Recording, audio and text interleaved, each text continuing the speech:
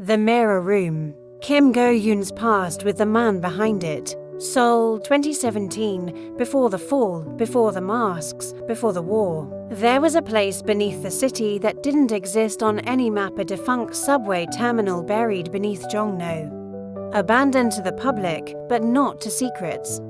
Inside it, among the dust and rusted rails, was a single, pristine chamber, white walls, no windows, just mirrors. And in those mirrors, Kimgo Eun lost herself. She was 25, then hungry, brilliant, and already marked by something invisible. Her acting was too real, her tears too exact, her silences too loud. It was as if she wasn't pretending, but remembering, because she was. He called himself Dr. S. No one ever heard his full name, and perhaps even Go Eun didn't know. He was a behavioral scientist with a ruined reputation, exiled after a whistleblower case shattered his career. But some believed he had discovered something terrifying during his research: how to rewire trauma into power.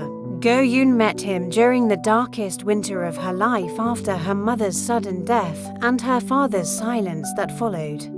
Her agency had sent her for emotional tuning to help with her next lead role.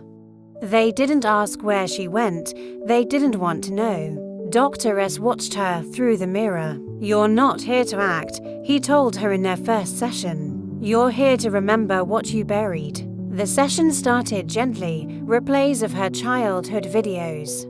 Echoed voices of her mother reading bedtime stories. But soon, he altered them, twisting timelines, overlaying memories with invented dialogues. "Do you remember this? But that never happened. Are you sure?"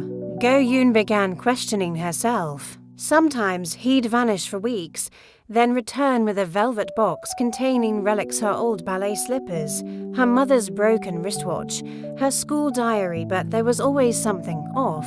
The diary had entries she never wrote, the watch ticked in reverse. And one evening, when she opened the ballet slippers, a note was stitched inside. "You chose this, you came to forget." That night, she screamed into the mirror until the lights flickered and died. But the worst session came in room 6. A black room, no mirrors, just one chair, and him. He didn't speak, he just stared, and slowly, Go Eun began to see something in his eyes, a flicker of her own reflection, but different, stronger, colder, unbreakable. "You're not a victim, Kimgo Eun," he whispered. "You're a weapon waiting for a target." She never asked what he meant, but she walked out of that room a different person. Colder, sharper, with a part of herself locked away forever. Years later, when the scandals began, Minho's betrayal, Haekyo's rise, the forged memories, someone leaked files from the black archives of Seoul's forgotten experiments. Among them, records from the Mirror Room, signed by Dr. S and stamped Phase 3, Operative Conditioning. Subject, KGE. Drop a comment, subscribe and share for more interesting videos.